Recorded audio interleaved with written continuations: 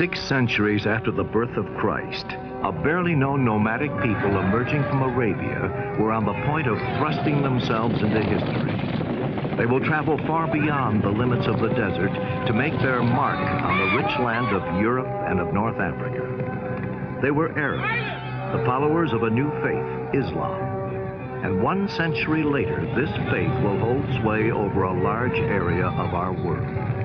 They will threaten and conquer part of the Christian empire of Byzantium, of barbarous Europe, Spain, Sicily, southern France, and part of Italy, and of the newly planted Christian faith already dispossessed of some of its oldest strongholds.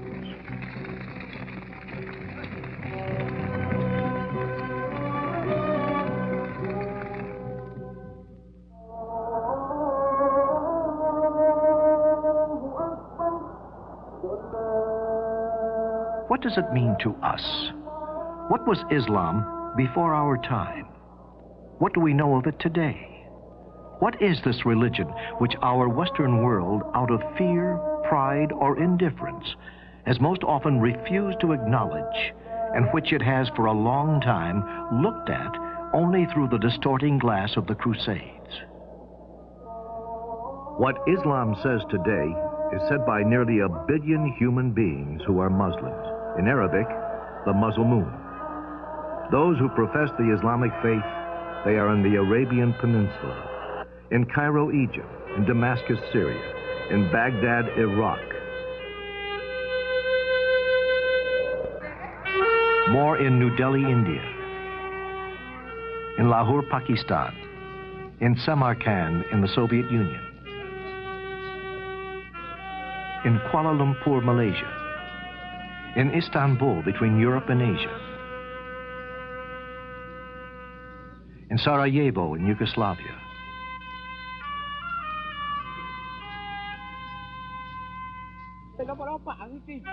and likewise in Timbuktu, in the heart of Africa, in Paris, just as they are in the modern cities of America.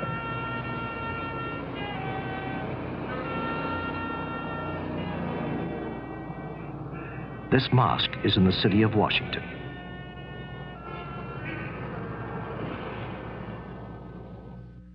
Geographically, the Muslim religion reaches over an extensive portion of the earth between the Atlantic and the Pacific. Its frontiers are not sharply defined. Here and there, they are taking non-Muslim minorities, while even beyond them, the faith is spreading. Islam has conquered some of the most isolated deserts in the world, from the Indian to the Sahara.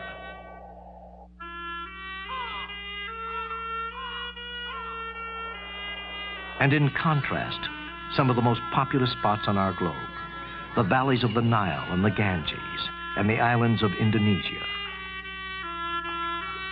Muslim civilization extends from the unshaded eastern deserts to the high steppes of Iran, Afghanistan, and Central Asia.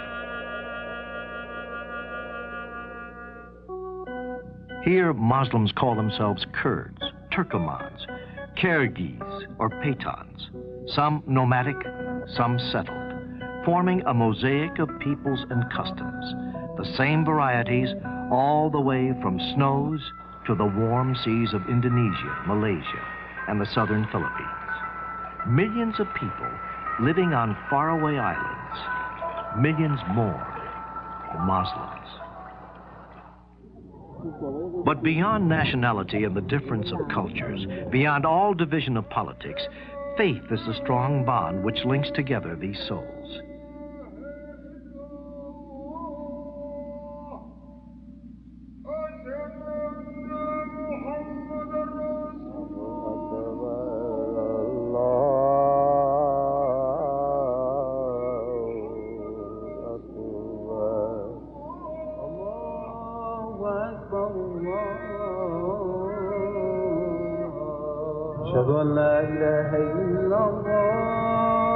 At every moment of the day, there are Muslims somewhere in the world turning towards Mecca to pray.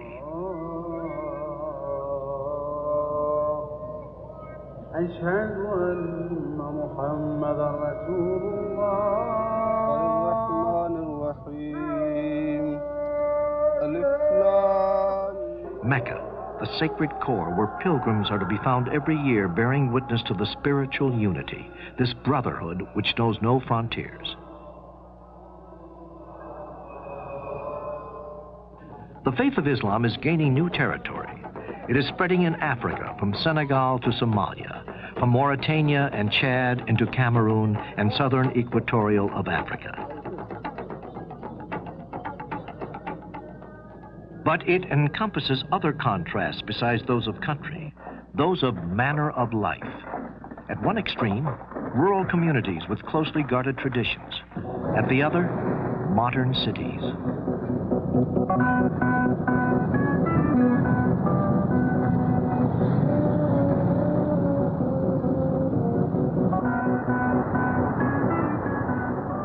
Progress.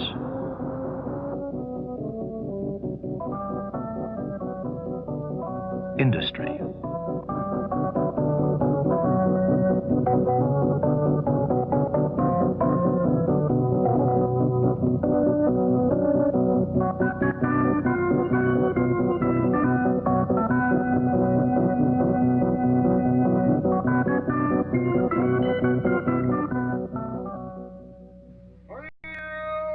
In some countries, Islam is the inspiration for every aspect of political life, as in Arabia, where the king is also the prime minister and commander-in-chief of the army, and where the sole source of the law is the Quran.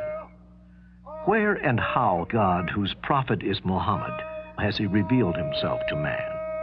Where did this civilization begin?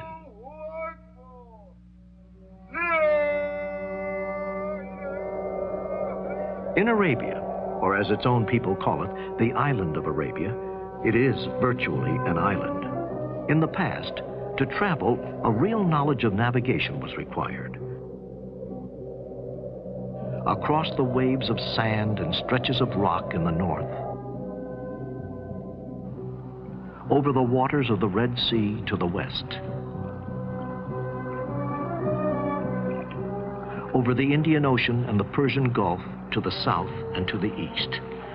Cut off from Asia and Africa by sea, and from the ancient lands of Persia and the eastern Mediterranean by the desert, this half-continent, 3 times the size of France, shows many faces, but forms in its occupants a sort of common consciousness.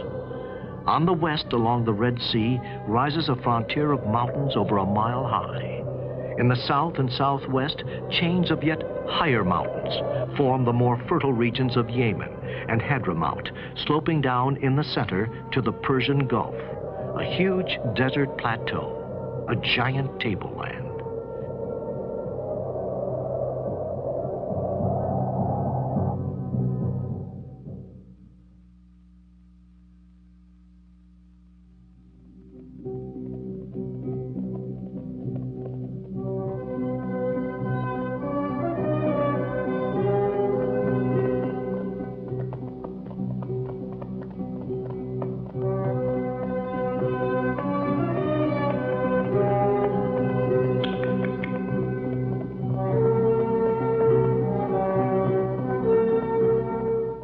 History already had numerous and long-established relationships with the settled part of Arabia. We find evidence of these contacts in the valley of the Nile. Here in Thebes in Upper Egypt, 35 centuries ago, lived Queen Hatshepsut, who sent out an expedition against what was then known as the land of Punt, situated on both sides of the mouth of the Red Sea. The story of the whole expedition is related along the walls of the Queen's tomb, the landings, the offerings, the welcoming ceremonies. In the south, close to the sources of the Nile in Ethiopia, archaeology has proved that people from southern Arabia crossed the Red Sea in the 6th or 5th century before Christ and settled here in the highlands of Ethiopia, which were in so many ways like the territories they had left. Here the Arabs established a great independent kingdom, more and more traces of which are being discovered each year.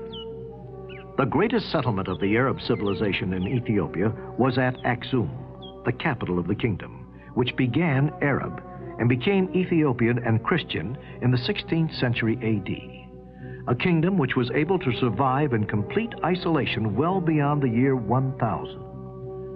All these traces bear witness of what was certainly a great Arab civilization, which we know so little about.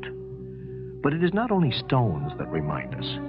The memory of man as recorded in the manuscripts of Christian Ethiopia continue to describe to us the life of this Queen of Sheba, whose huge kingdom stretched along both sides of the Red Sea.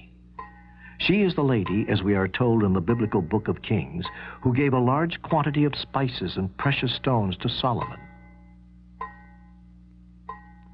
In craft, more imposing than these, but perhaps of the same model, the Red Sea carried men and products between Africa and Asia for many centuries.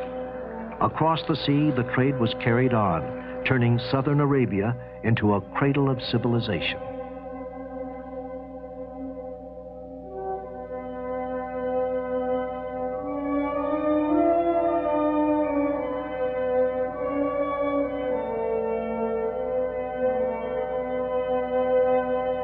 This was the Arabia Felix, the happy Arabia of antiquity, the country of perfumes, incense, and more, an enchanted and fabled land. If this Arabia had sailors and kings, it had more important than all, peasants. By their efforts, the land became rich, irrigated, and fertile. People said that the areas of cultivation were so thick that the horsemen could ride for a month without leaving the shade.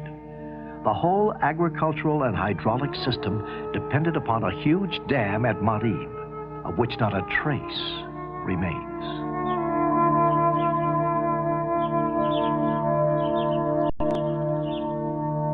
It is here at Sana'a, the capital of Yemen, that we can visualize what the towns of this old civilization were like. By themselves, these palaces of stone reveal the originality of the settled countries of the south, proud of their strength and their traditions. Here can be learned something of the golden age of the southern Arabia, before the coming of the prophet between 7th century BC and 2nd century AD. There were also fabrics, perfumes, and different woods, which the harbors, today seeming so modest, received from India and Eastern Africa. Gathered into the towns, these products were carried by caravans along the routes to Egypt, to Syria, to the Roman West, and to Mesopotamia. The vast trade from which southern Arabia was the starting point changed fundamentally the relations between the nomads of the center and the settlers of the south. The antipathy between two worlds, between two ways of life, gave way to an inevitable collaboration. The nomad could not do without the merchant, who paid him for the right of crossing his territory, and a merchant couldn't do without the nomad, who guided his caravans. Soon the ports and warehouses of the south were in touch with the great markets of the north, the city-states of Petra and Palmyra, centuries at the gates of Arabia, nudging the economic and cultural borders of the Mediterranean.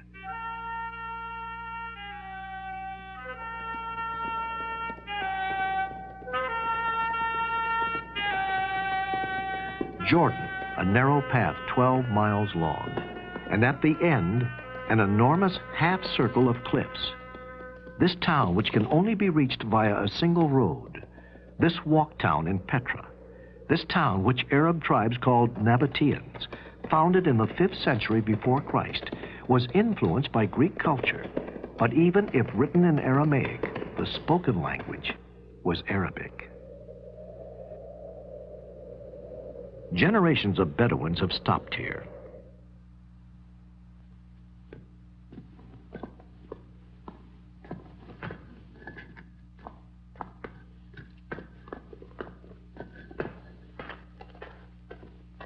These temples, these stores, these tombs, these ruins bear witness to the busy life of a large town.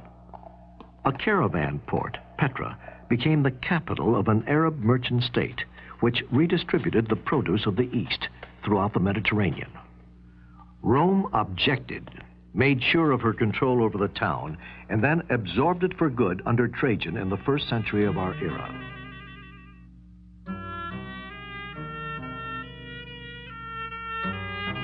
Another great desert port created by Arab nomads turned settlers, Palmyra in Syria. At the crossroads of routes coming from the south and the east, itself a relay point on the route to Central Asia and China.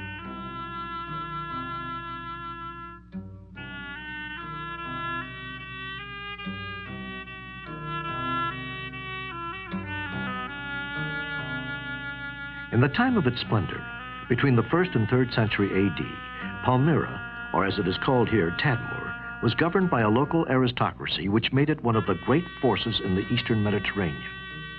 The history of Palmyra, which ends with Queen Zenobia, in Arabic, Zainab, is that of a merchant aristocracy which believed it could rival Rome and Persia.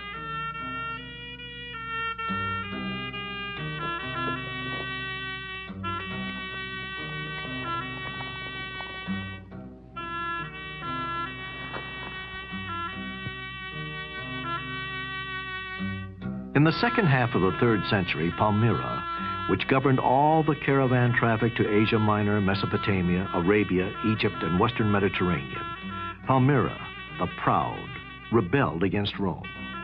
A few overwhelming victories, and then the Roman war machine reacted. The Emperor Aurelian captured Queen Zenobia and led her away in chains of gold. Nonetheless, it is in relation to Persian and Roman empires in its context of politics and international trade of those times that they began in Central Arabia, in the area of the Red Sea, the economic ascendancy of a country called the Hejaz.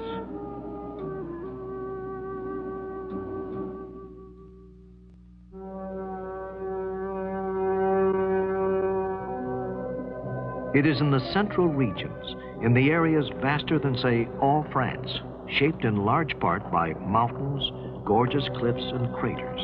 It is in this land, formed by the wind and heat with sand, that the Bedouin nomads live exactly as they have done for thousands of years. Amongst them, we are in the heart of a country that seems to have no history but today. The nomad, always on the move, finds his biggest challenge in these mountains.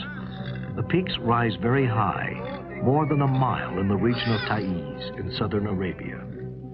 But these same mountains have found favor with the Bedouin tribes, helpful in the defense of their independence. They permit them to hold on to their two means of existence, water and pasture. It has always been as it is today. The water in this desert was to be found at distances which measured by days of travel. From here to the nearest well is 2 days' journey, and sometimes you arrive there and find no water, either for yourself or for your camel.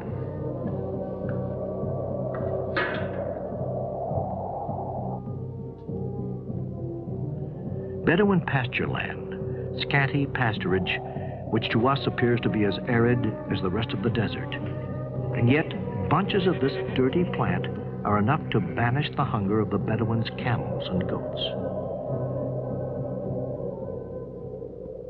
Whenever the pasture appears, the tents spring up, and thus for centuries little islands of life have arisen out of nothing in the midst of hostile environment. Before the coming of the Prophet, Bedouin society lived just as it does today. The daily life of a Bedouin family, simple, austere, patriarchal, has gone on for centuries in the shade of a tent raised on the top of a bare hill. A few reserves of food which dry in the sun, the milk and cheese of goats, a little rice and flour procured at some oasis now forgotten in exchange of dairy products and some yarn. Here, daily life begins before dawn. By sunrise, the men are already some way off, leaving the old people to light the fire.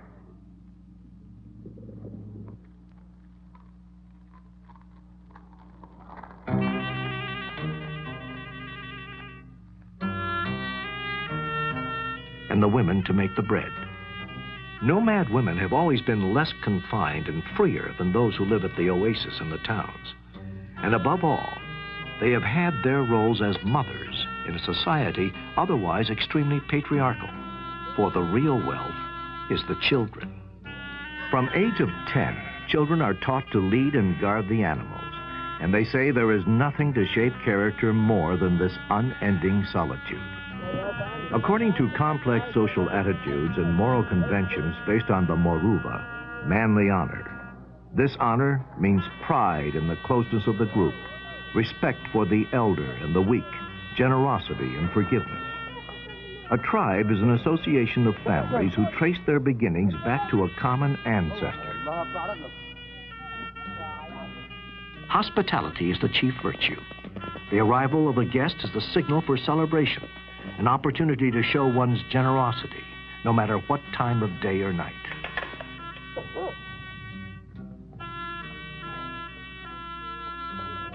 By unanimous and unspoken consent, they acknowledge the authority of a sheikh, a chief, chosen from among themselves. The sheikh has no force at his disposal, only his moral influence and his skill in speaking for everybody in the clan can make his authority prevailing. The theme is unchanging through all the joys and struggles and great events of the people. The song exalts the glory of the tribe. This is their greatest sensitivity. Poetry serves to express the vital need of the communal life which we'll meet with throughout Islam. The group alone allows the individual to survive in a hostile environment. Loners and outcasts are rarely met with, and those few are inevitably led to a life of solitude. Listen to one of them, the old poet Shan Para. How many weary days did I live through in the merciless heat without shelter and its drags, before my tribe finally banished me forever and condemned me to perish in solitude. Here am I, brought down to nothing, tormented forever in the midst of the desert. Do not bury me. I do not want the sands to heap over my head. Thou, O wind, blow over me and release me from the spot of the sands. And at last, my head will be covered and my body abandoned in the field of combat. There is another aspect of the desert life. The necessity of survival in those regions where an increased dryness upsets the delicate balance of life and causes a sudden raid. The Gazo, rarely murderous against a rival tribe or against the people settled at the oasis. These oases on the fringes of the desert, where some nomads have settled to enjoy a secure way of life guaranteed by the water. It was in this region in the city of Mecca in 570 AD that a boy was born into the Bani Hashem family of the Quraysh clan. He was named Muhammad, an ordinary child like any other child. Muhammad lost his father, Abdullah, and his mother, Amineh, very early in childhood. He was raised first by his grandfather, Abdul Muttalib, and then by his uncle, Abu Talib. It is believed that Muhammad was sent to a nomadic tribe to be raised according to his clan's tradition in the desert. Like this child, like these Bedouin children, the young orphan was carrying on responsibilities like other boys in the Bedouin tribes, looking after animals and performing other duties. Young Muhammad was looking after the animals on the hillside where two angels appeared in a golden cloud and took hold of him. With secret gestures, they reached to his chest and washed his heart from a golden goblet. This action placed in him the breath of God. Muhammad passed most of his youth here, close to the route which caravans took to carry the goods leaving Mecca for the north. The caravan traders of Mecca controlled the routes to the Mediterranean. It is believed that Muhammad, with his uncle Abu Talib, a merchant, traveled along the caravan routes to the north and to Syria. Through the years, the caravan routes from Mecca led Muhammad out of the limits of the Arabian Peninsula into the Mediterranean, where at that time not only trade was spreading, but also the great ideas were at hand, the ideas of Christianity and monotheism, the startling doctrine of one and only God. Muhammad talked to rabbis, monks, and Christian merchants, and learned about Christianity and of Hebrew doctrine and of the final day of judgment. In Mohammed's time, hermits lived in caves throughout the Hejaz. Later on, Muslim tradition would say that these Arab hermits foreshadowed what was to come. They were early followers of monotheism, which would become the true religion.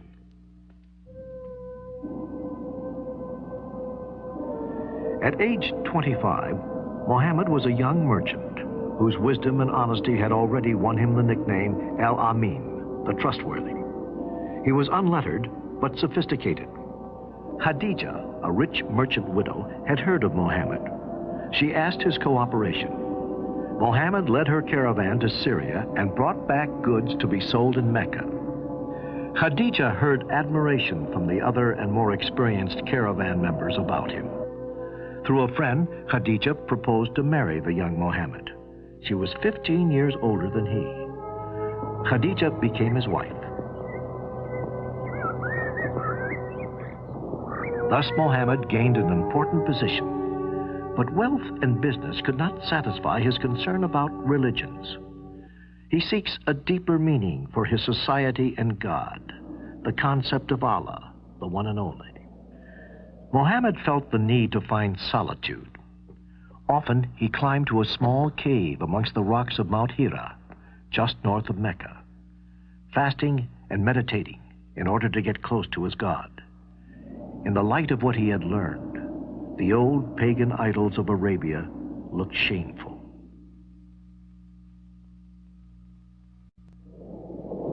One night, in the middle of the month of Ramadan, the moment of revelation came. The archangel Gabriel appeared to Muhammad, a blinding vision of thunder and light that frightened him to his knees, and said to him, "Recite." Muhammad heard the angel as commanding him 3 times, "Recite in the name of Allah, who created man from a clot, who teacheth man that which he knew not." Muhammad quietly replied, "But I do not know how to recite." Muhammad, deeply troubled, in fear and trembling at his destiny, brought himself down out of the mountain. He questioned himself. Would I be the same as one of those clairvoyants who finds lost animals? He returned home bewildered to his wife, who calmed him and was first to believe. Muhammad was to lead his people to the right path.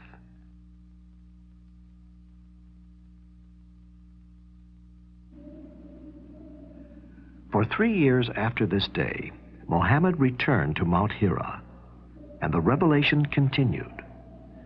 It was clear to him that the voice was a messenger of Allah, the Supreme Being, the God of Jews and Christians, the creator of everything, the creator of stars and sky, mountains and seas, moon and heaven, and man, who must appear before Allah on the day of final judgment. At the time, the Kaaba was dedicated to many gods, the chief of which were the 3-in-1, Allat, Uzza, Manat. Muhammad begins preaching to his people. Kaaba is a sacred house built by Abraham, the prophet of one God, the father of Jews, Arabs, and Christians. It must be cleansed of man-made idols. Punishment soon comes to those who have refused to hear the word of Allah. Those of you who worship these idols are pagans. A few close friends of the prophet understood this message. But more important, it went straight to the heart of the poor people, slaves, the laborers, and all the others who were humiliated by the class-conscious merchants of Mecca.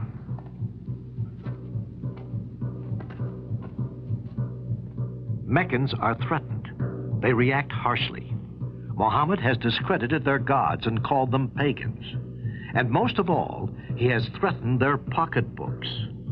Muhammad says, a moral life is a life which a man uses his wealth for a just cause, and the wealthy and powerful must give to the poor and oppressed. Man should not marry to more than 4 wives at the same time, and must treat them equally and respectfully. Women have the right to inherit property. The rich must pay taxes to the poor, and no one should lend money for profit-making. The Meccans received these messages as threatening ideas.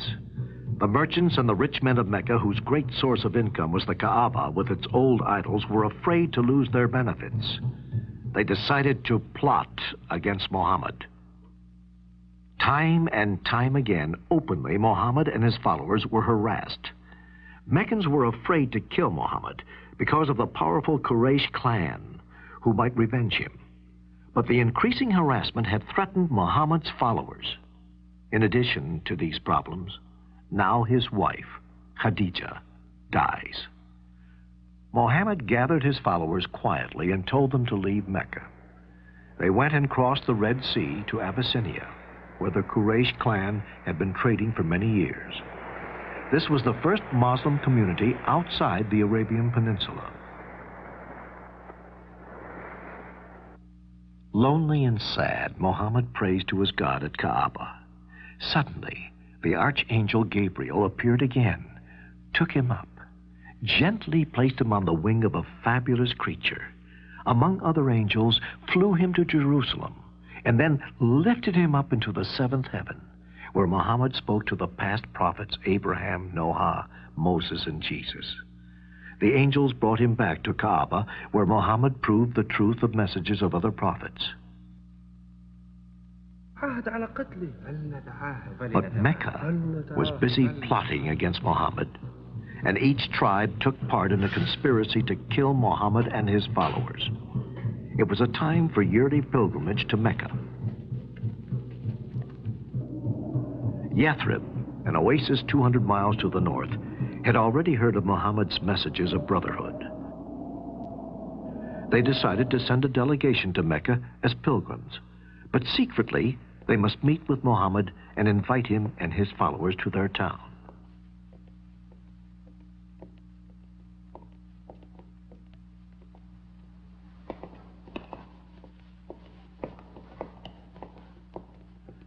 The delegation met with him secretly. Meccan conspirators became aware of these and set the time for action for the next day. But they were too late. Muhammad and his followers slipped away from Mecca. Under the veil of moonless night, mounting camels, they embarked for the oasis of Yathrib. This immigration, which is called in Arabic Hijra, starts the first year of the Muslim calendar. It took Muhammad and his followers several days to reach the safety of Yathrib. They had traveled fast, avoiding the main caravan route and water wells.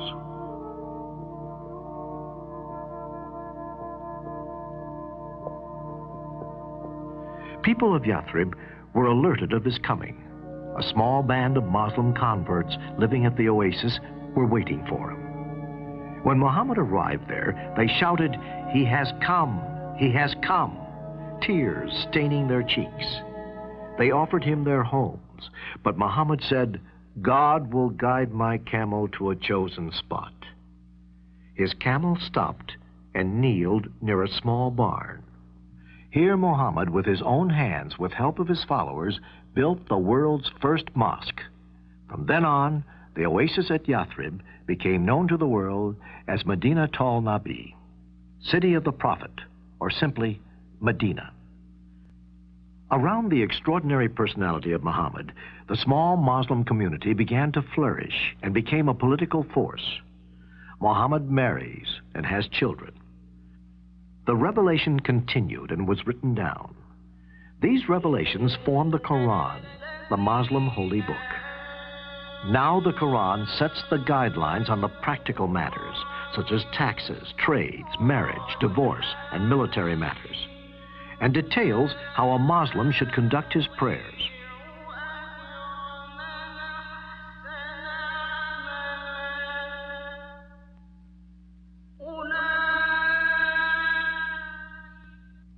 Allah commands Muhammad to make a war against non-believers. The first target was the annual caravan moving south from Damascus. 1,000 camels full with goods. The Meccan merchants were forewarned of the Moslem plans, and they rushed in reinforcements to defend the caravan.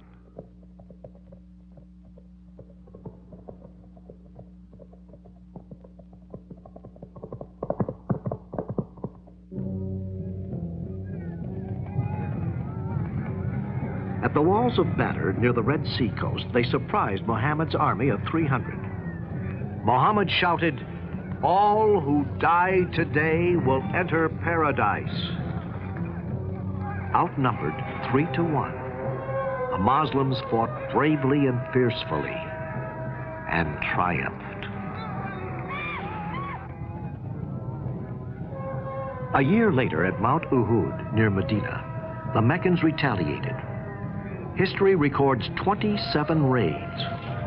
Slowly, by treaty and skirmish, Muhammad converted the Bedouin tribes of the surrounding desert, mastering their swords to the cause of Islam.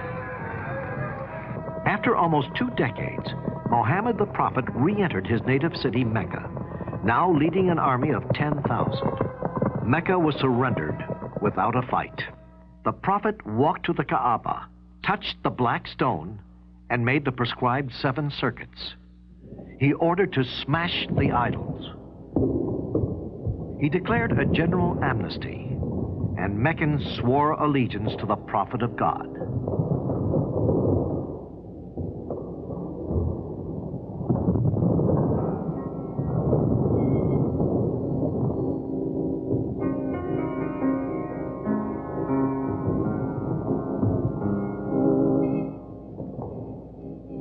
Mecca joins Islam, and Kaaba becomes the holy shrine of Islam. In respecting the Kaaba, Muhammad avoided hurting the feelings of his compatriots of Mecca.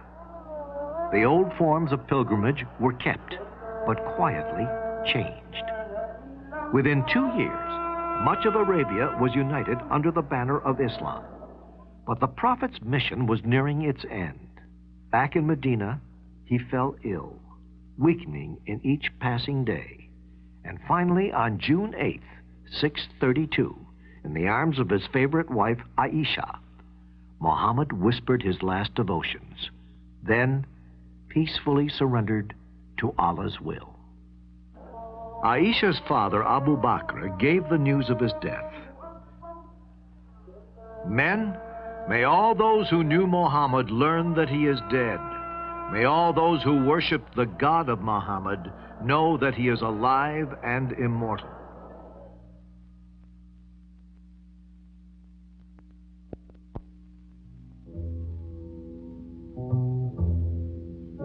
The one and only God is the God of biblical tradition.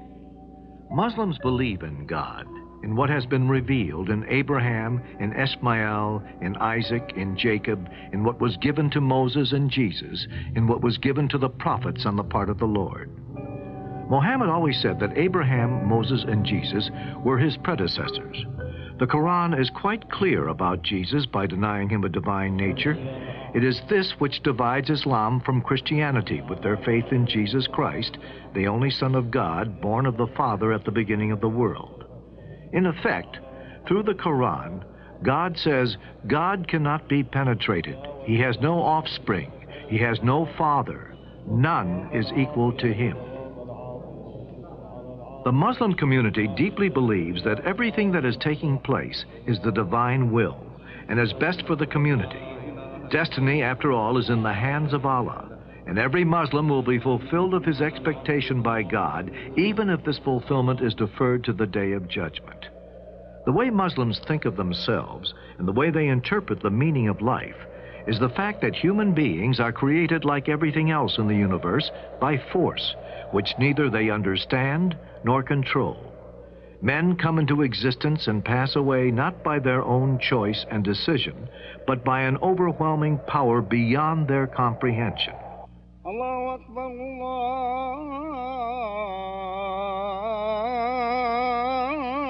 Allahu Akbar.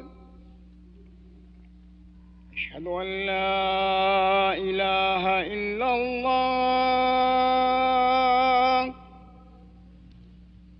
أشهد أن لا إله إلا الله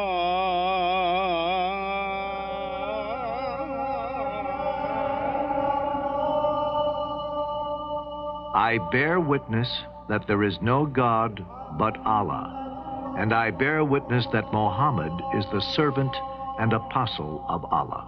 The profession of the faith, the first pillar of Islam, means to believe that there is no God but the divine supreme creator of everything. The second pillar is prayer, which holds this community together by means of certain common gestures in their worship and turns men's minds towards their Creator. Islam has fixed the number of daily prayers at 5. Dawn, midday, afternoon, dusk, and evening. Prayers are said in bare feet, with the face turned to Mecca. But these prayers are said only after the compulsory rite of purification. There are no altars in the mosques. Its minarets and domes stand over empty spaces which hold the mystery of God. A niche indicates the direction of Mecca, and so of prayer. Sermons or readings from the Quran are given from the pulpit. Islam has no priests. Every believer is himself face to face with God. Anyone can lead prayer or preach, however little the community judges him to be worthy and able. As the center of prayer and the meeting place for the whole community, a mosque presupposes a city life all around it. And so a mosque built today in the heart of the city reminds us of what the prophet foresaw in the beginning. His word addressed to the people of the city, the tradesmen, craftsmen, and workers.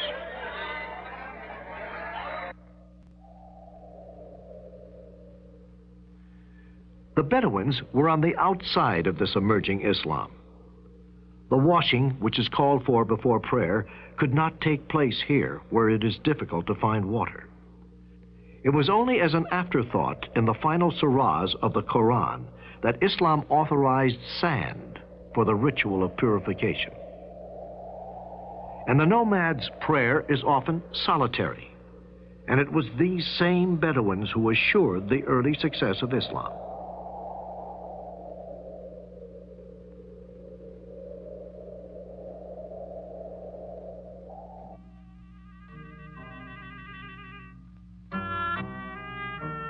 The third pillar of Islam, unquestionably, is almsgiving. O believer, give out in alms whatever is the best of your possessions. It is good to give alms by the light of day, but to give them in secret is better and brings greater forgiveness. Empty squares and empty streets. This is a town in Islam which is usually busy, but which we have arrived at during the month of Ramadan. The fourth pillar of Islam is this month of fasting, more faithfully observed than Lent in the Christian world. It requires the faithful to refrain from food and drink from dawn to dusk, in spirit of sacrifice and purification, and out of respect for this month, when the revelation came down to the earth for the first time.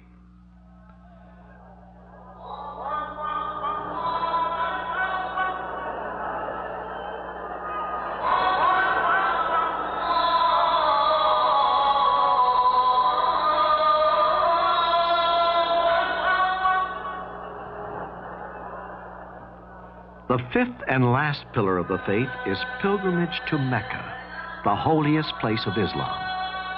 Here, the sense of community reaches its highest points with a really universal dimension.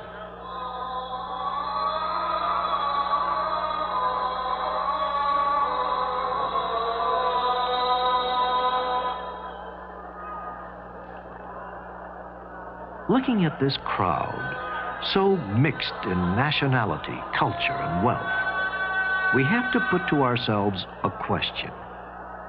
How has Islam kept this unity for 13 centuries? This belief in the soul of God, of whom Muhammad is the prophet. To Islam, it was Abraham who built the Kaaba and placed the first house for the true God. Some rites in this pilgrimage also carry the memory of Abraham. There is the night before reassembly of pilgrims at a place called Muzdalifah. The pebbles they are looking for will be thrown at 3 rocks tomorrow. For Islam, these rocks are the one where the devil stood and tried to persuade Abraham from giving his son for sacrifice. And these pebbles represent the ones Abraham threw at the devil to chase him away. Another ritual is connected with this portico, which links to hills called Safa and Marwa. The pagan Arabs made this portico the seat of mysterious natural forces. But these pilgrims we watch following the ritual of walking back and forth 7 times bring back the memory of Agar, the reputed wife of Abraham, looking for water for her son Ishmael. It was at Mecca, on this hill of Arafat, which is now one of the final points in the pilgrimage of the faithful, where Muhammad, already sick, gave his last sermon in the year 632 of the Hijra. Men, listen to my words and weigh them in your hearts. I have fulfilled what was intended for me in this life, and leave you a cause which is clear. You will take pains never to lose it, for it is the book of God and the law of his prophet. Listen to my words. Know that every Muslim is a brother to all the others. A faithful Muslim believes that the law of Islam is the essential of his religion. In Islam, law is more important even than theology. To understand Islam thoroughly, one must understand Islamic law. In Islam, the law of the Quran is virtually as important as the Quran itself. The religious law sets guidelines and governs the life of every believer. Violation of the Islamic laws is not only considered a commitment of a crime, but also is considered to be a sin. Quran sets the guidelines even in practical matters, such as trades, taxes, marriage, divorce, and military matters. In trading, for example, Quran forbids taking interest and prohibits any speculative transaction, any transaction that results in unjustified profit-making of one party. If a profit were made, it should be given to the needy. This doctrine is driven from a Quranic phrase, God will abolish interest and cause charity to increase. In the case of exchanging goods without using money, Quran sets 2 principles. First, the 2 goods to be exchanged must be equal in weight or quantity. And second, there must be no time delay in exchanging, because it is possible that during the interval, the value of one good might fluctuate, and this may result in loss for one and profit for the other party. In tax matters, the Quran is very clear. As the 3rd pillar of the faith, every believer has to pay zakat. Zakat is not a kind of tax that governments levy on the public, but it is an act of monetary worship. The Quran has generally mentioned zakat after prayer and has enjoined it as an important foundation of the divine religion, which has been the creed of the former prophets in all ages. The great moral and spiritual benefits that accrue from the institution of zakat for the Muslim society and mankind at large can become possible only if the payer practices it as an act of benevolence and worship and does not regard it as a mere tax. The Quran also gives guidelines for upgrading the women's status in the society. For instance, a man is permitted to marry up to only 4 wives at the same time, but he must treat them equally, and women have the right to inherit property. In the case of divorce, Islam does not involve a complicated or a long procedure. The grounds for divorce in Islam, however, are more liberal than in the West. They are not limited to proven adultery or cruelty or long separation. The couple may apply for separation simply when they realize that they cannot live together happily for any reason. When divorce is completed, the wife has to wait a certain period of time after separation from her husband by death or divorce before she can remarry. This waiting is to determine whether she is pregnant from her ex-husband before she remarries, and thereby guard against confusion of the paternity of the child, but also to give the woman an opportunity to relax and somewhat forget her former association. The Quran also sets guidelines for alimony. A divorced husband has to pay for the full maintenance of his divorced wife for the full waiting period. This period is 4 months and 10 days for non-pregnant women, and in case of a pregnancy, until the child is born. In the case of custody of children, Islam prescribed that the mother who is not incapacitated by a mental, moral, or religious cause has the first right to custody of her child, boy or girl, until the child reaches the age of 7, when the right of custody reverts to the father. The father has to support the child until such time as he can manage by himself, if a boy, or gets married, if a girl. A girl does not have to earn her own living. Her support is the duty of her father until she marries.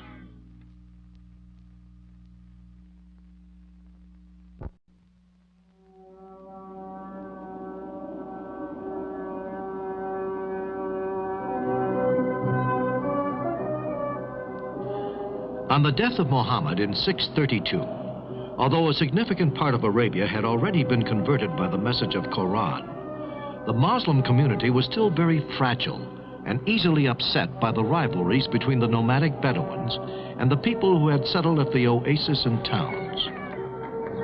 There was also a quarrel between the inhabitants of Mecca, the guardians of the Kaaba, and the people of Medina, who were proud of being the first to embrace Islam as a thorough religion. At the heart of the family itself, amongst the first companions of the Prophet, ambitions were beginning to show themselves. There was a problem of a temporal spiritual succession to the Prophet. The word Caliph means successor in Arabic. Was the Caliph just a substitute chosen by the community as the most worthy and authorized only to defend and to apply the thought revealed by the Prophet? Or, on the contrary, was the Quranic message much more, an inspiration continuously renewed through descendants of the Prophet, whose successor was to be not only the leader of the community, but also the source of religious law? These two divergent attitudes of the young Islam would make themselves felt throughout its history. And yet, in spite of these antagonisms, in fact, by going beyond, the Muslims set off on a spiritual and temporal conquest of the old civilizations. Do not yield yourselves out to the infidels. Struggle against them, drawing strength from the Quran. Fight the agents of Satan. His traps are truly weak. The word of God made the inhabitants of Arabia forget their squabbles and transform them into historical figures. The reasons for the overwhelming victories of young Islam are partially beyond our knowledge. How did the Arabs come to break out of their desert at a single stroke and abandon the life they knew as merchants, caravan followers, and shepherds? There was a sudden explosion of energy, reaching further and further in successive waves, and the conversion of the conquered country was measured by the enthusiasm of the warriors and genius of the leaders. If 20 bold men are to be found among you, they are worth 200. If you have 100, they will be worth 1,000 unbelievers.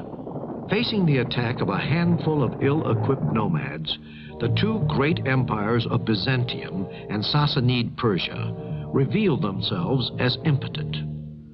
The first 4 caliphs, successors of the Prophet, were Abu Bakr, father-in-law and companion of the Prophet, who died from an illness 2 years later, then Omar, followed by Uthman, and last of all, Ali, son-in-law of the Prophet. These 3 were all murdered in dramatic circumstances. But it was in this atmosphere of tension over a period of 25 years that the Muslims became masters of the whole Arabic Peninsula, capturing from Byzantium, Syria, Palestine, Egypt, installing themselves in Tripoli, landing on Cyprus, and after numerous battles, conquering the whole of Persia, advancing toward India and Central Asia. All this in 25 years.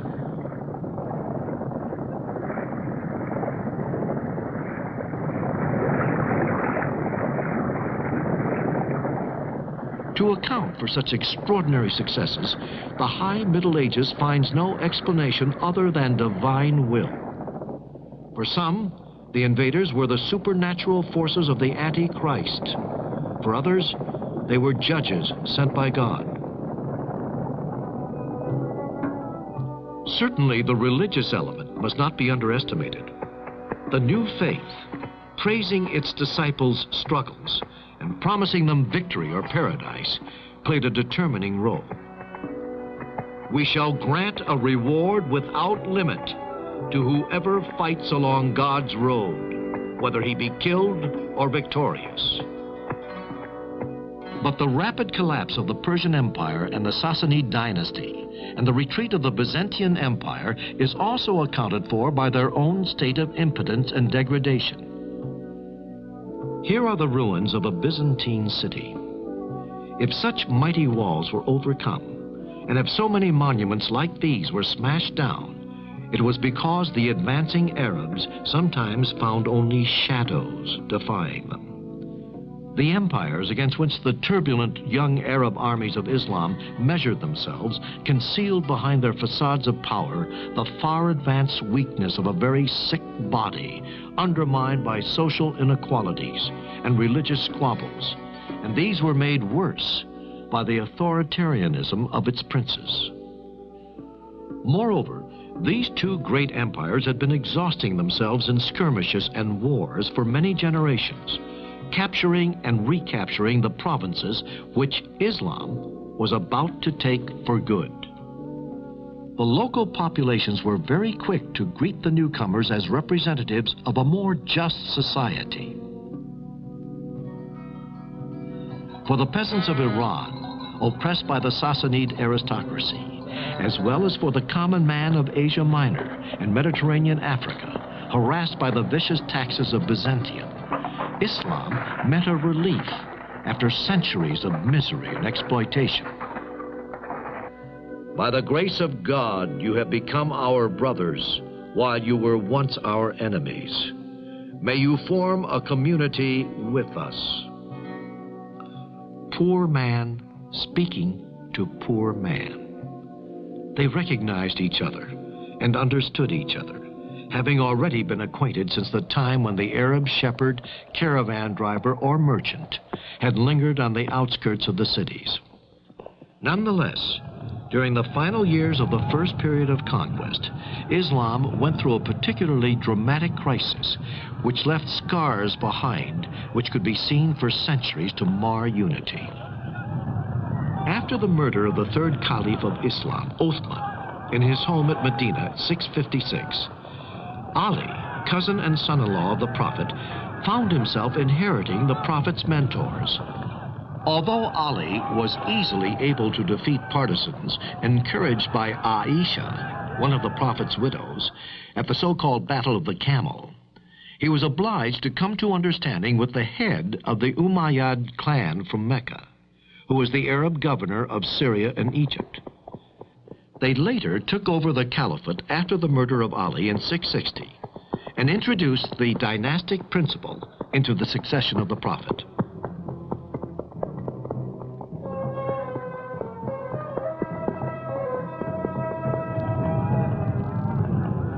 The Umayyad dynasty was to govern the destiny of Islam for nearly 100 years.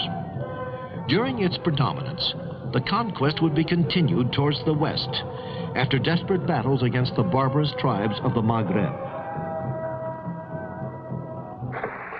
The Arabs reached the Atlantic Ocean and experienced perhaps the same torments and desire as the conqueror Uqba ibn Nafi. When he arrived there, after galloping across Libya, he urged his horse into the waves and cried, "My God, I call upon you to witness that if there were a way through here, I would also cross this sea." From Morocco, with the help from the Berbers, the armies of Islam crossed into Spain, and from there they penetrated into the valley of Rhone and as far as Poitiers in 732. In the east, the armies crossed the Hindus, and in the north, got beyond Samarkand. These conquests marked the end of the first period of impetuous expansion. From then onwards, Islam set about the organization of the conquered territory.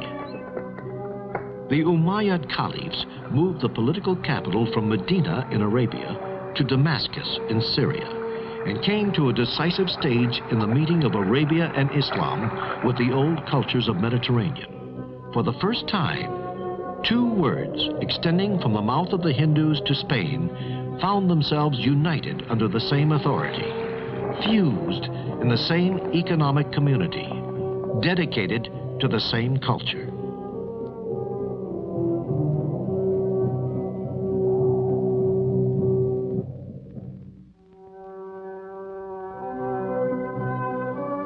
The first result of this new Islam in the years after the conquest is the building of cities. Cities everywhere, always bigger, always more of them. The Muslims from Arabia, at the end of their long gallop across the desert, set up miles of stone. With these men, the old cities took on new life, and new cities arose on the earth, either replacing ancient capitals fallen into ruin, or growing up where there was nothing before, to create new and important centers of Islam's trade and defense. Damascus, Kufa, Basra, and Fustat, core of future Cairo. In the west, Kairouan, the first town to be followed by others. Fez, Tunis, Baghdad. They are either old cities which have come to life, or new cities bursting with trade and politics and people's lives. It was in this climate of the Middle Ages that Islam reached its zenith. Baghdad, the capital of the Abbasid caliphs, flourished in a sort of feverish pomp. When today we think back to it, we can see that this was the high summer of Islam. The Abbasids, like the Umayyads they dethroned, were Arabs of the original stock descended from Abbas, an uncle of the Prophet. Baghdad on the Tigris, and not far from the ruins of Babylon, is today a modern city. Only its name and a few ruins remind us of its past history. The splendor of the Abbasids was on show with varying fortunes for 5 centuries, from 750 to 1258. The Abbasid period was characterized by intense activity in all branches of learning and of art. Baghdad, which had become the capital of world culture, gathered the best scholars, philosophers, and poets from the East, with the encouragement of the great caliphs. We have all heard of Harun al-Rashid, the prince of the 1001 Nights. But there was also al-Ma'mun, who lived at the time of the zenith of this culture and science. And the whole Muslim world was united. Abbasid science is Arab because it is written in Arabic, and because the Arabs in creating Islam and the empire were wise enough to promote a renewed interest in the science of the ancient world.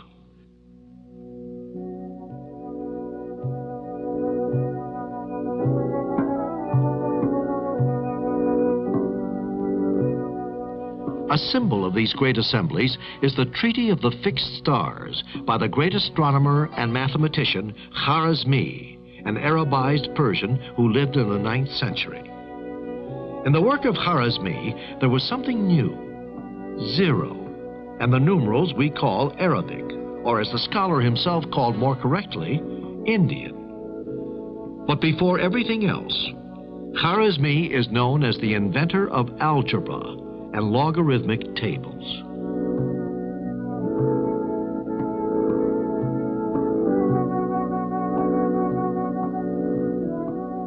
Maps of the heavens stand opposite those of the earth. They are drawn up to show the trade routes and to point out the way to provincial officials who are returning to their posts.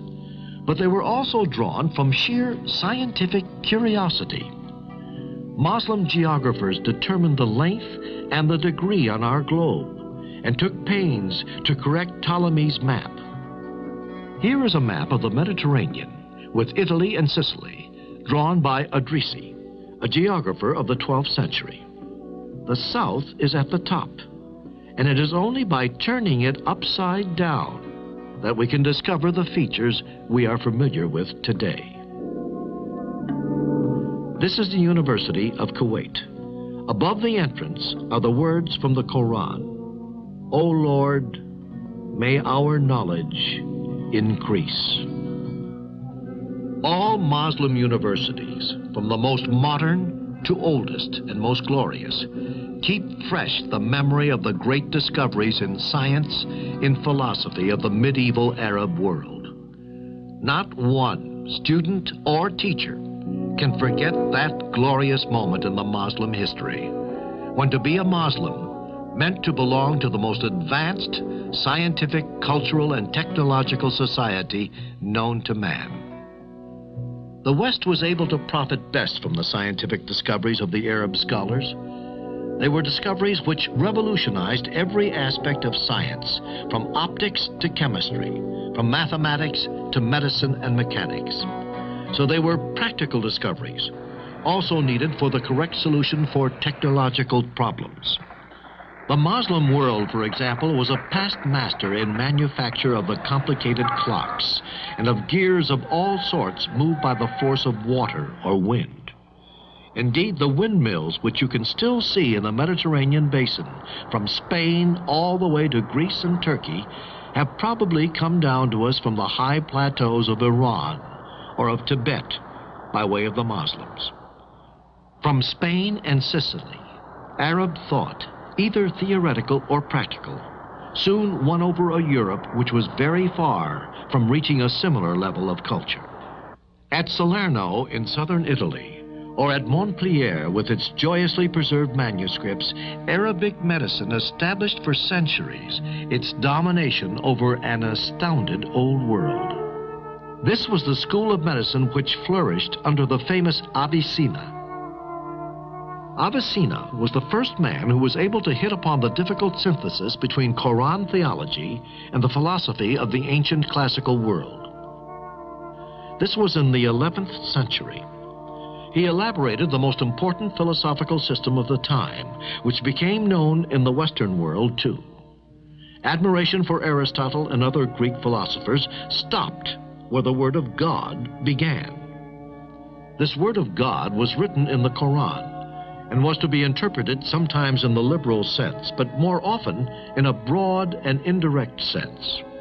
It must be added that such philosophy needs an intellectual elite, which is able to interpret its own beliefs liberally and stand up to the opposition of theologians and bigots. Toleration was general. Official condemnations were rare. These verses of Omar Khayyam, the great Persian poet of the 12th century, are a proof. Why did our Creator, when he made the world and adorned it, then yield it up to the power of death? If the work was good, why slatter it? And if not good, whose the fault? The girdle which bounds our mortal world does not whisper where it begins, or how is its ending. On that matter, no person has spoken a word of truth, and no one knows our beginnings or our fate.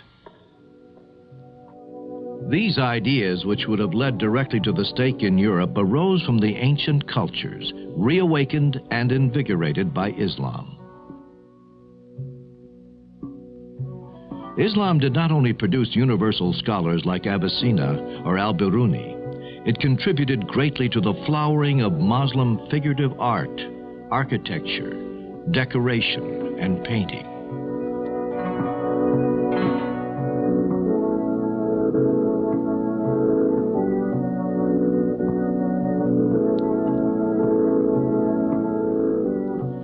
When you speak of Muslim architecture, you immediately speak of international art. This architecture arose in the same way from Islam's meeting with the old civilizations which surround her, most of all, Persia and Byzantium. The Arabs found a way to assimilate this new world, which was emerging as the result of new needs of the faith and community life. And they made of it something until then unknown. The greatest invention of Muslim architecture was the mosque, the aesthetic value of which is based on three essential elements: courtyard, dome, and minaret. The relationship between the vertical minaret, the horizontal body of the mosque, and spherical dome suggested different and original interpretations of the Muslim artists, depending on the places and times they lived in.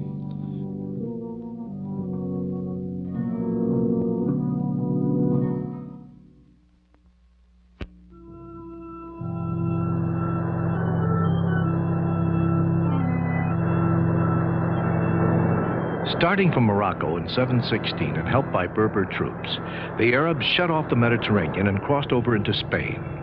They were commanded by Tariq ibn Ziyad, whose story gave a name to a giant rock, Jabal Tariq, which became Gibraltar to our ears. Undermined by rebellions and dynastic squabbles, Spain broke apart. For a time, the Muslims were even across the Pyrenees in the south of France near Marseille.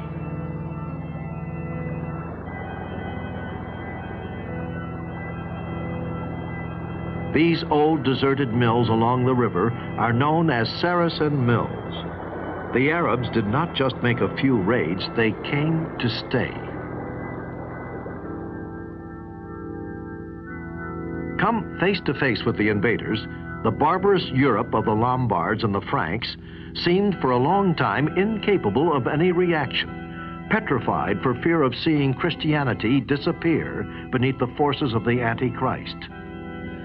The Spain which we are looking at here, with all signs of Christianity deeply integrated into everyday life, was nonetheless shaped by Islam for 8 centuries.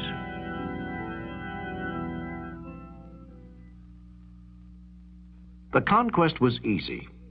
The first route was towards Seville and Cordova, through the valley of the great river, the Wadi al-Kabir, known to us as the Guadalquivir. Better than any other monument, the mosque at Cordova, which is now a cathedral, speaks of the Arabs in Spain and of their lasting influence. Over the years, the courtyards, facades, and rooms have undergone many changes. So the mosque, cathedral, is like a great book, open to show us the vicissitude in taste, in political and economic power, and in faith. But we must go inside if we really want to sense the Arab past of Andalusia. Built in the 8th century by a descendant of the Umayyads of Syria, the Amir Abd ar-Rahman, the mosque was continuously enlarged and decorated by his successors. In these double arches, rising from the columns and tracing up 2 different curves, you can see a symbol of the union of the arts of the West and the East, brought together to contemplate the mystery of God. This Muslim Spain was called by the Arabs Andalusia, Al-Andalus, an Arabic reference to the Vandals who lived in Spain. The Tower of Giralda in Seville was one of the greatest glories of Muslim Spain, and also signaled the beginning of her decline.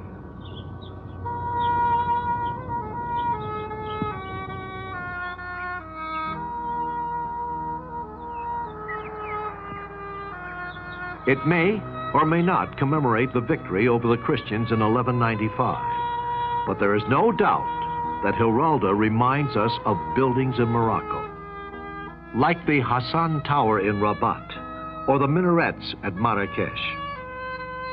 And it was from Morocco that the warriors set out who were summoned to defend Muslim power in Spain against the Christian kings of the north, who at the beginning of the 11th century had undertaken the reconquest of the peninsula. This was the time of decision.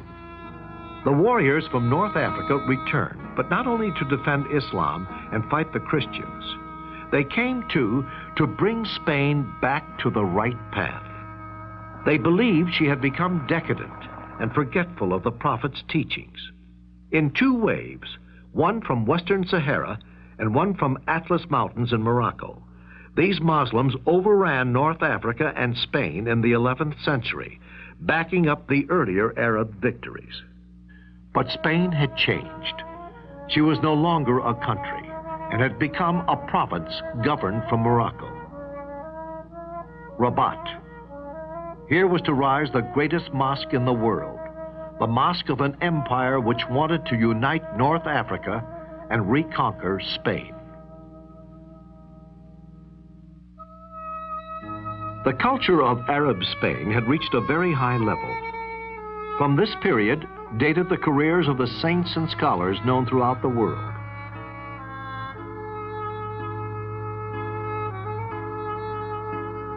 This valley, called Las Navas de Tolota, saw the beginning of the ruin of Muslim Spain. Cordova was to fall in 1236, Valencia in 1238, Seville in 1248, Murcia in 1269. 5 centuries after Islam's assault on Spain, the story was reaching its conclusion. Granada, an interval during the catastrophe. For 2 centuries more, the town and the little kingdom of which it was the capital would maintain an Arab island on Spanish soil, a retreat protected by its high walls and its mountains. But its culture shone up to all the world. Granada inherited all the arts of old Andalusia. Watching over the town, both a symbol and a memory, is the Palace of Alhambra. Here, the architecture is more than delicate. It is as fragile as the encircled kingdom, as melancholy as things close to death. But Spain was not the only one along the Mediterranean coast to become acquainted with Islam. The decision was made in Tunisia at the beginning of the 9th century to invade Sicily, while she was still recovering from the Byzantine Empire.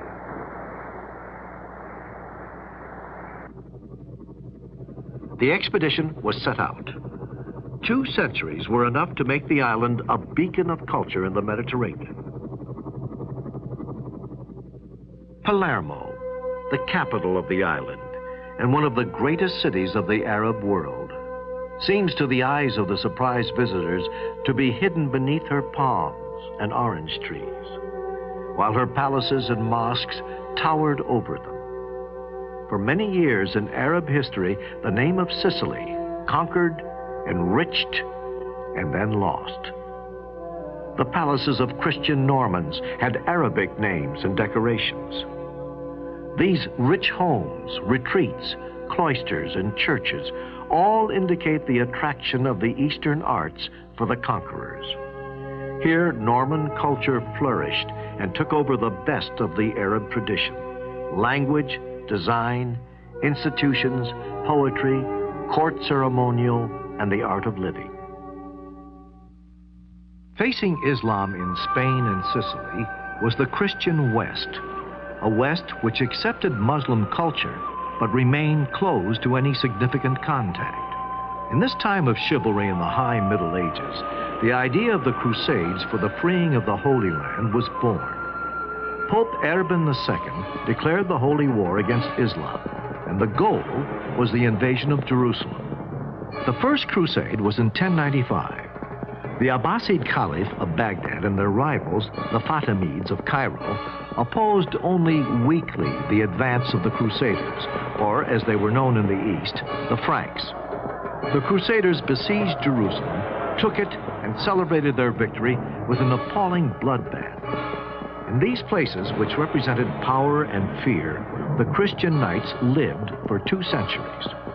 Frankish castles in Lebanon, Palestine, Syria, Tripoli, Said, and so many more erected on the plain or on the river bank. In 1396, the largest Christian army of 100,000 men were defeated by the Ottoman Turks. Although a disaster for the West, the Crusades had at least one merit.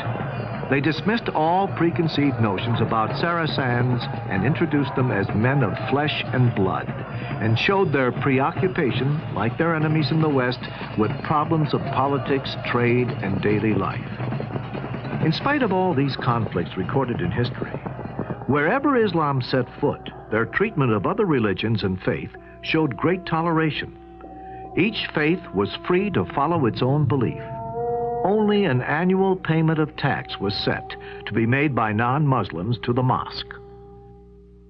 After the Turks were converted to Islam, they took from the Arab hands the torch of conquest against the infidels. To the dynasty of the Osmanlis, whom we call Ottomans, fell the glory of making Turkey into a world power. Allowing Byzantium to die in isolation, the Turkish sultans turned their attention to overcoming Eastern Europe. Let us travel up the Danube, like the Guadalquivir in Spain.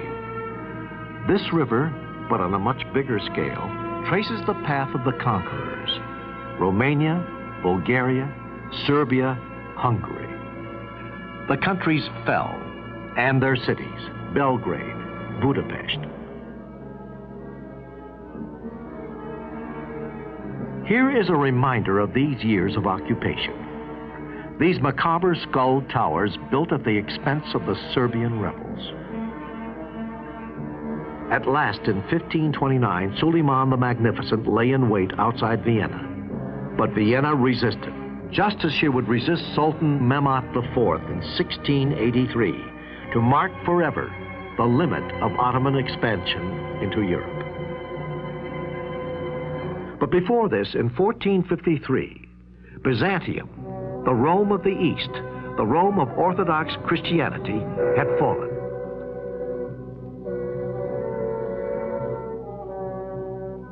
The violence of the conquest has been forgotten. Islam as a civilization left behind enormous traces on the continent of Europe. For several centuries, the different faiths have mingled, bringing about the peaceful relationships which are the only ones that can ensure the peace of the world.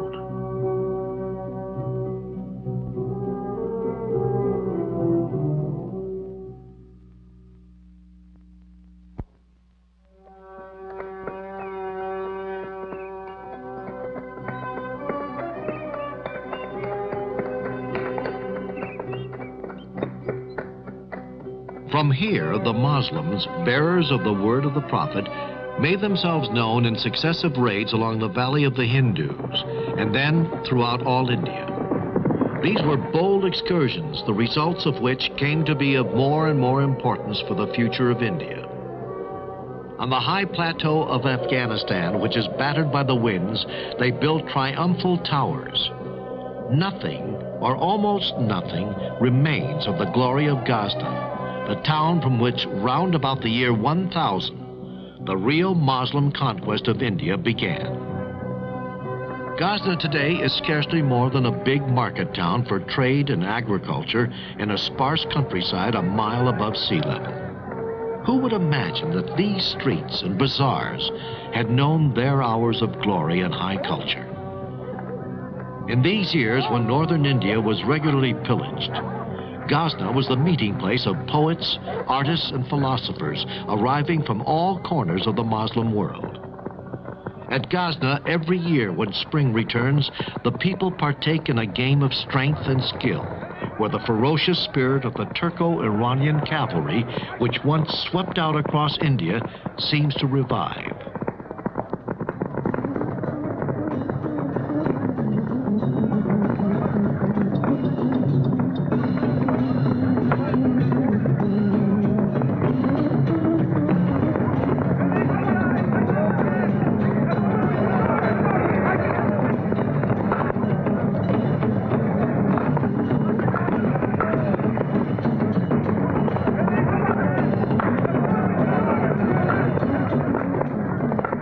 Persia, after the Muslim conquest of the 7th century, took great pains not to break with its past.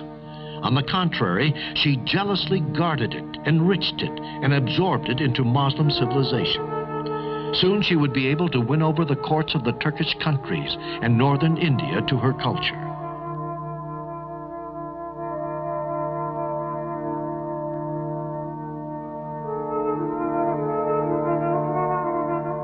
Pagan, Persia, and Islam, Iranian culture and the Arab Quran, art and dance, poetry and Turkish traditions, they all make up a mixed and adventurous culture.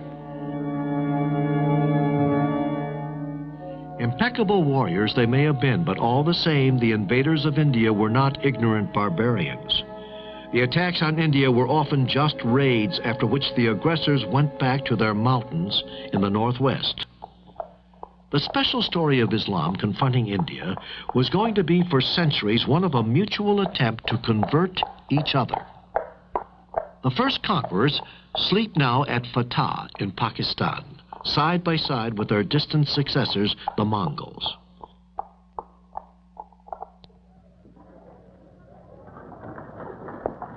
There are more than 200 million Muslims in Pakistan and India today.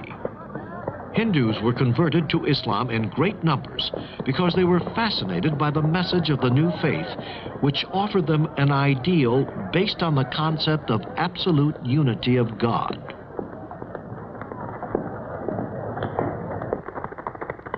The idea of equality of all men in their religion was also very important. Wherever Islam won through, the ridiculous and inhuman caste system which have humiliated the Indian people burst apart. Except for the northwest and the northeast, which were to become Pakistan, and where there were many conversions, Islam recruited principally from the middle classes, which had everything to gain from a strong and immense empire: craftsmen, merchants, and scribes. Below them, the world of the peasants remained unchangeable, poor and fanatically attached to its Hinduism.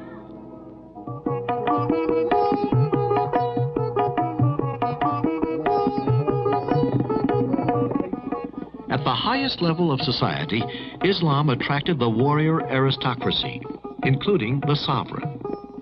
At Lahore, at Delhi, everywhere the mosques bring together extraordinary diversified Islam. Persians, Turks, Afghans, Indians from the south, from Bihar, from Bengal, from Deccan. Everywhere in the northern plains and in the heart of the continent, luxury and art took form in stone, and the great names rushed to our minds. Hyderabad, where the Nizam ruled, the richest man of the world.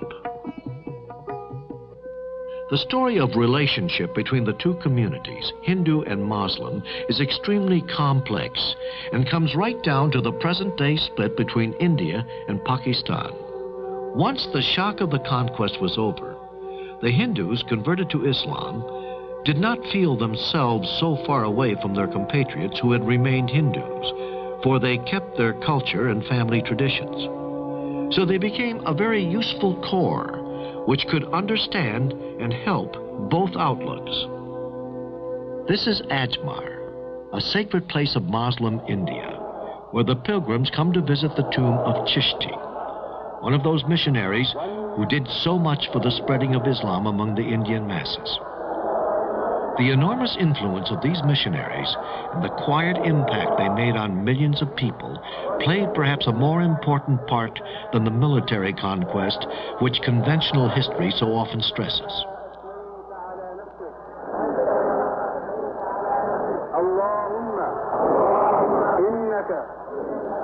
We know that the infidel may not approach Mecca, but here at Ajmer, he worshipped side by side with the Muslims.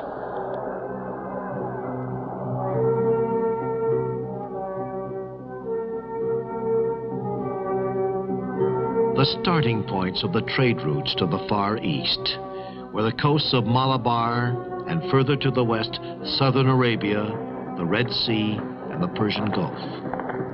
Islam's ships followed the monsoon routes and looked very like the ones in use today.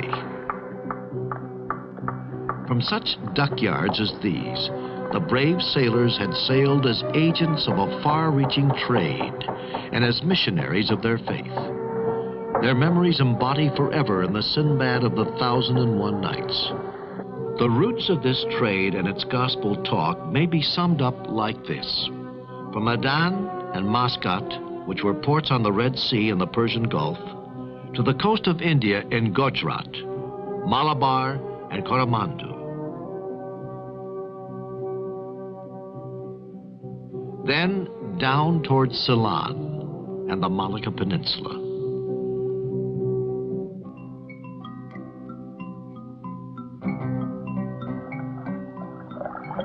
Muslim families live in the port of Hong Kong.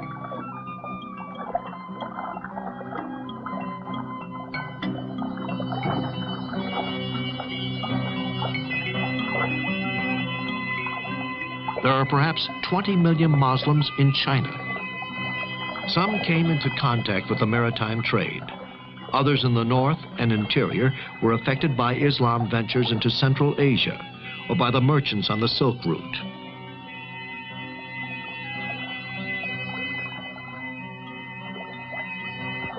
The island of Mindanao in the Philippines. On the edge of the forest is a little mosque made out of wood and stone, very much worshipped. This is Talax Angay, the most easterly point Islam ever reached. By starting from centers like this, Islam ensured itself of a peaceful conquest of the archipelagus. But if a time was to come for scholars and missionaries in the Far East, Islam continues to be most noticeable in the person of those who led the way, sailors and merchants. Active and enthusiastic, but not torn apart by theological arguments, but skillful and compromise, these first Islamic missionaries knew very well how to reconcile the beliefs of Islam with very old local customs. Their success in business had taught them about people.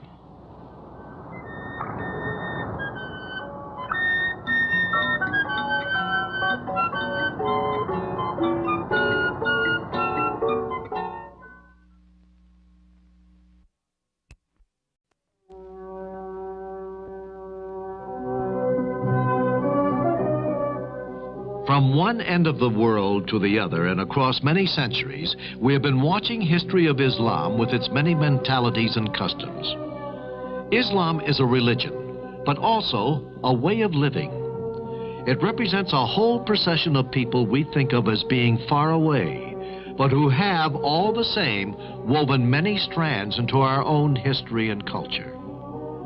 Our journey has shown the strength of the expansion, led first by the Arabs and subsequently by the Turks as they spread their faith. The luxury of the courts contrasted with austerity of the desert. There was power of the empires, the vitality of trade, the buzz of city life. Cordova, Samarra, Istanbul, Mongol India, and hundreds of other reminders had shown us the magnificence of an art and civilization which were so often far in advance of the rest of the world. So now there are two questions. Why did this civilization so tragically bend under the military, economic, and cultural pressures whenever Europeans set foot? And what would be the future of the Islamic countries? Africa could perhaps give us the beginnings of the reply to these questions. It is really here where colonialism has sometimes gone as far as to impose the victor's language that one can perhaps grasp through Islam, the double dilemma of development and national determination. We must go back over the history of Islam in Africa.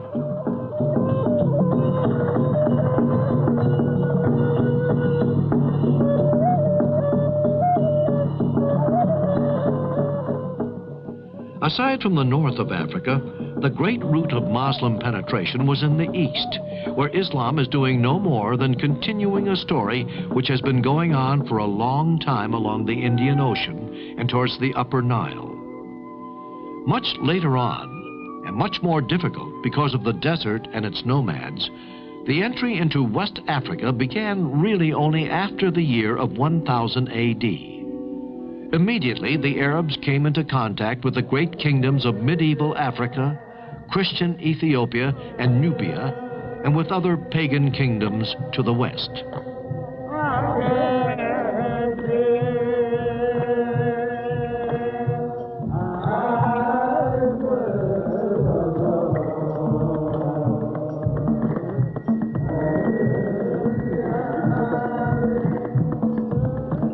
In Western Africa, on the other hand, they had complete success.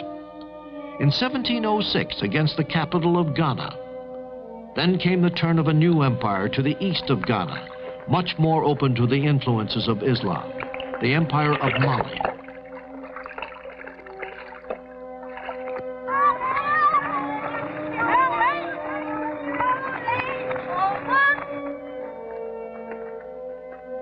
Timbuktu, linked to the Niger by a canal cut through the desert, had its days of splendor in the 14th century, when its riverbanks were crowded with boats and its streets with merchants and scholars.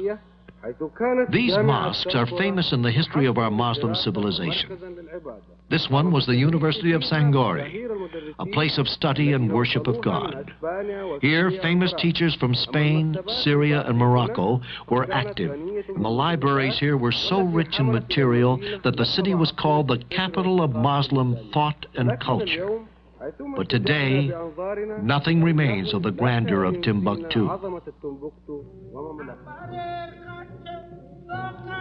The history of Africa, which is so often misunderstood by Europeans, also had its humanism, which under different circumstances might have enriched the culture of our world. But it happened that when there was contact between paganism and Islam, the relationships were primarily forced ones.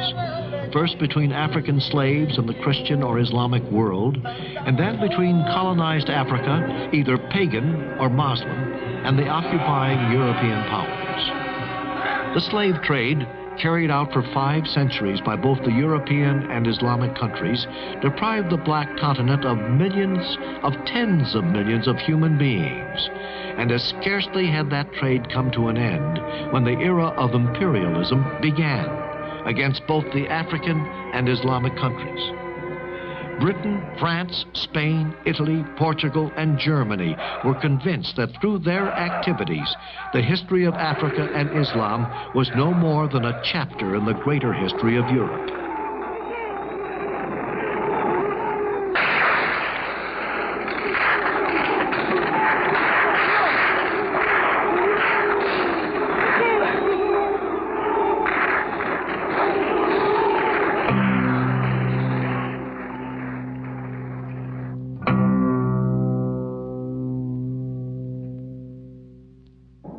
So Africa today, aware of its own history, faces the dilemma of foreign intervention.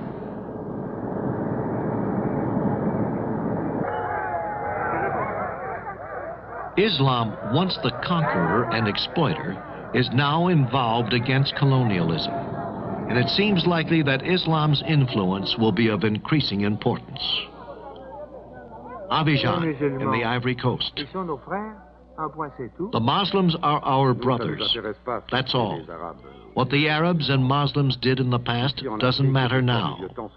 The vicissitudes of faith are over. The Muslim peoples and countries are our friends.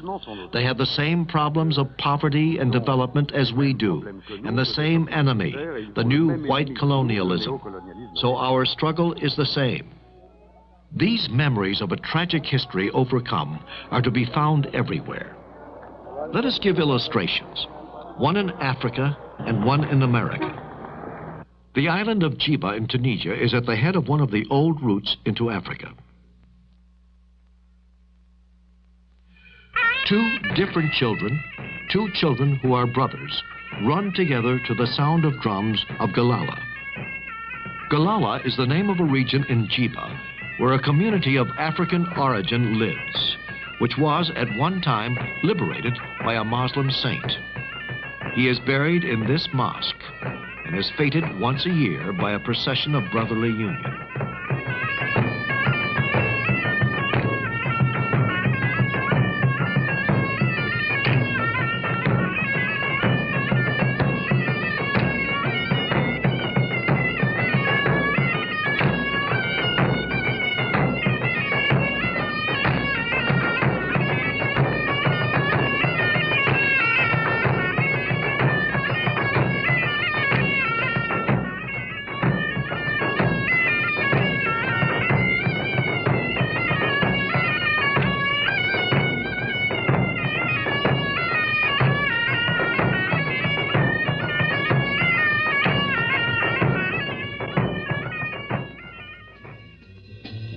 In America, a sect of black Muslims have been created of the descendants of former slaves.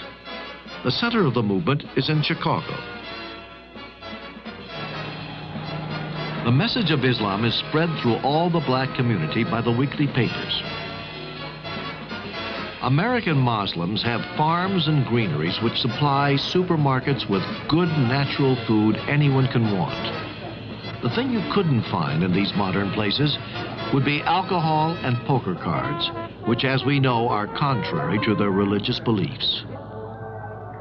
These initiatives, springing a real dignity, have allowed the black Muslims to see the number in their community grow all the time. Following the routes of conquest and trade, Islam has continued to penetrate the African continent. We Muslim traders stop in villages and little towns where we win respect and friendship. We try to give an example of dignity and to demonstrate clearly, by means of an orderly and respectable life, that to be a Muslim is reason to be proud, whether you are facing Europeans or Africans not yet converted. Once upon a time, the missionary traders were Arabs. Now we are all of us Africans.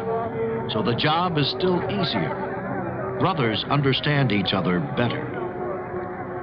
And in fact, today, Muslims represent 40% of the cities of black Africa.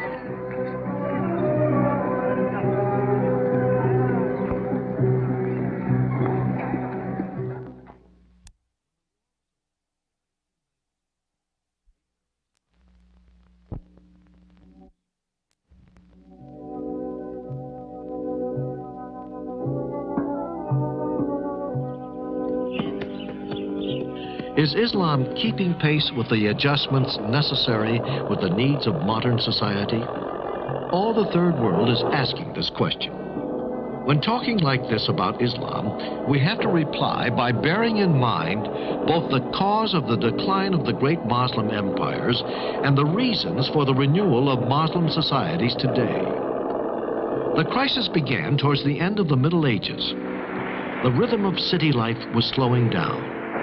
The unity of the Muslim world was breaking apart year by year, and Europe was showing more and more venturous policy of trade, first in the Mediterranean and then in the Indian Ocean. At the beginning of this century, Islam, for the most part, found itself in the state of subjection.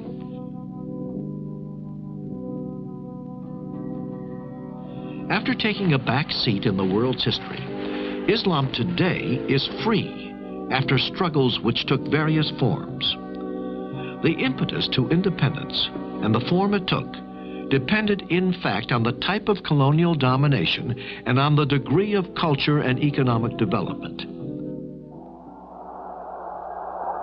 But everywhere the battle for liberty went on in the name of national identity, sometimes with the added weight of Islam. And this nationalism very often took the form of holding up before the foreign power the very principles which she preached herself: liberty, equality, the right of the people to determine their own way of life, their own culture, and the use of their own resources.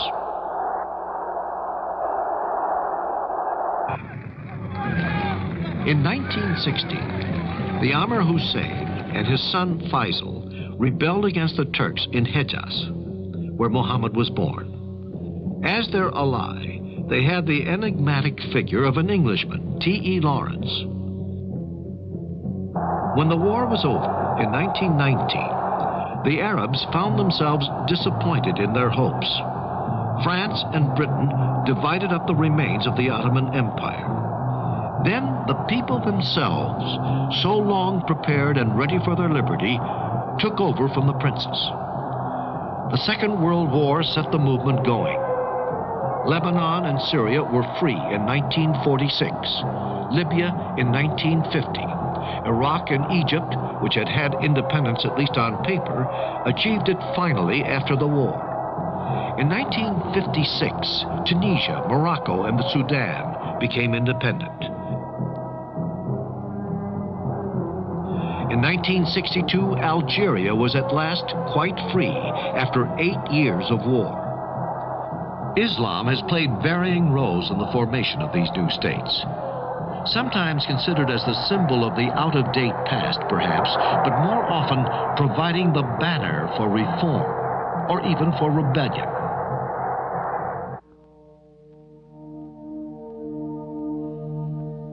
the plains of Arabia, the legendary desert, and the most modern of treasures, oil. Kuwait, Bahrain, Saudi Arabia, but also Iraq, Iran, Libya, Algeria. These countries alone provide 60% of the world's oil. This fantastic and sudden wealth bursting through in countries with a very traditional society has completely upset the way of life which has remained unchanged for centuries. These walls were the city limits of Kuwait, our city, a typical small Arab town, then center of a modest caravan trade until the Second World War. This was the gate into the city. Beyond here is the Kuwait of today. Walls and gates have been preserved to remind us of the past. But today, new buildings, squares, and streets surround these remains on all sides. If our ancestors return, they would think they were dreaming.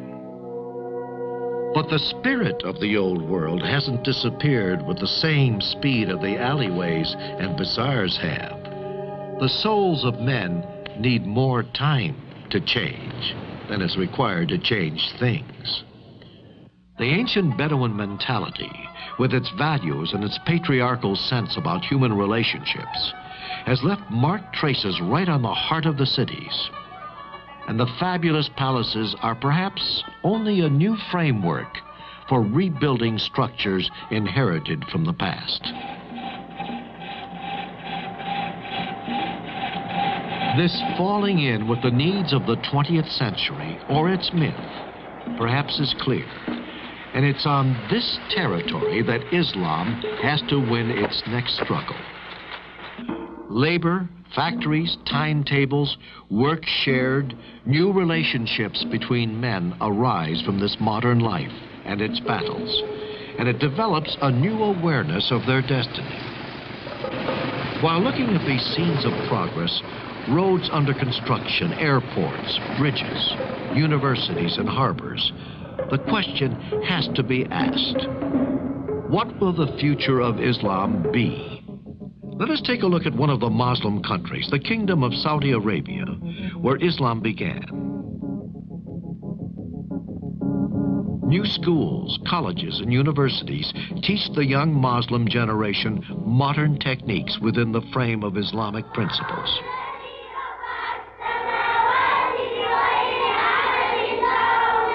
From early age on, the children are strong in their faith for the benefit of themselves and the society.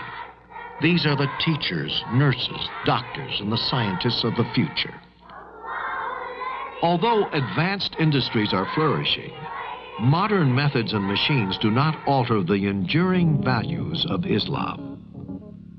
Modern medicine, which has derived so much in the past from the fundamental discoveries of Arab physicians and surgeons, is now universally available.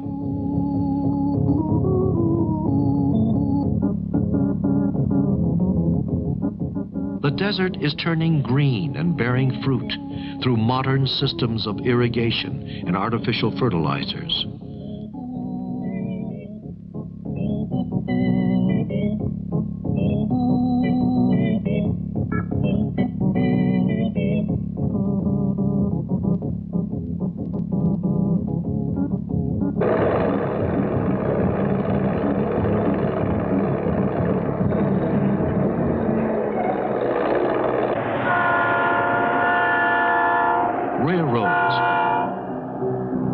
Roads and networks of highways throughout the desert and mountains, now connecting all the cities and towns of the neighboring countries.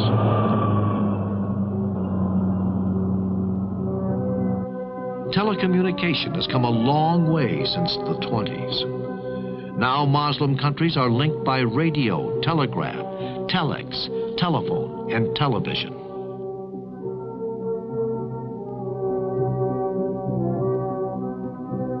Permanent Earth satellite stations throughout the Muslim world, the Pan-Arab Satellite, serving Arab nations from Morocco to Iraq, with headquarters in Riyadh. This is the headquarters of Saudia, the airline of the Kingdom of Saudi Arabia in Jeddah, the nerve center of the entire organization, with ticketing and reservation section and sophisticated computer system for day-to-day business and long-term planning, countrywide and beyond.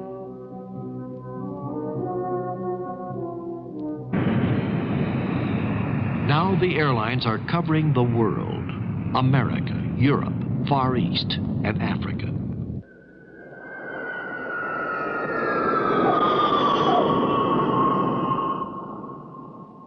One thing is certain. With the stimulus of progress, Islam, like Christianity, will change its face, and in doing that will change the culture of which it's the bulwark. But it is not only the universities. Everywhere amongst the people, there is an enormous quest for knowledge. Today, the youth of Islam is going to tackle the world with the same enthusiasm which once urged their fathers onwards to conquer. A double enthusiasm for freedom and faith. Today, their union includes nearly 1 billion people who, through the Quran, affirm their membership in a single community. In many professions, these people are conscious of a certainty. It is a certainty which came to them in the 7th century, but which remains of value as a guiding principle for life and as a light for the future until the end of time, no matter how modern the world.